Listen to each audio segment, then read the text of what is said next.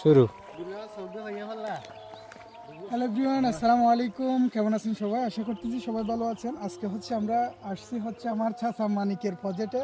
এখানে কোনো প্রাকৃতিক খাদ্য দিয়ে মাছগুলো উৎপাদন করা হয়। এখানে কোনো আদার অথবা ফিড খাওয়ানো হয় না, সেই জন্য তোরা মাছ নিতে আসলাম খাওয়ার জন্য। অনেক মজা হবে মাছগুলো।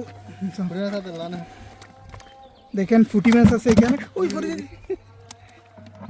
পুঁটি মাছ, অনেক ধরনের পাঙ্কাশ, গুল্লা মাছ, ট্যাংরা মাছ,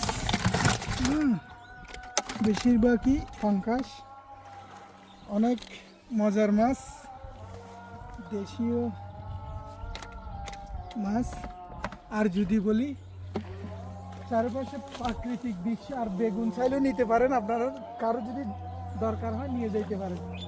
বেগুন তো নাই, আমার চাচার মতো ফুটা হয়ে গেছে বেগুন। পানি পানি পানি না দোয়া করে না। প্রজেক্টে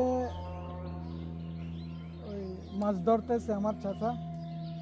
তো দ্বিতীয় কথা হচ্ছে এখানে মাছ আছে কিন্তু পুরা শুকাই না, যার কারণে পুরা মানে তোরা এখান থেকে কিছু সাফ করা, তারপরে মাছগুলো ধরা আর কি।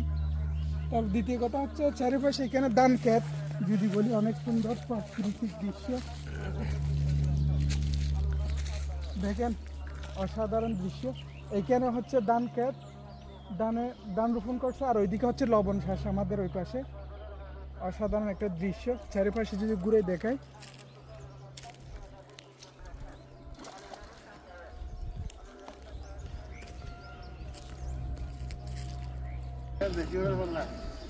এ হচ্ছে আমাদের পুরো ধান ক্ষেত, আমাদের এলাকা।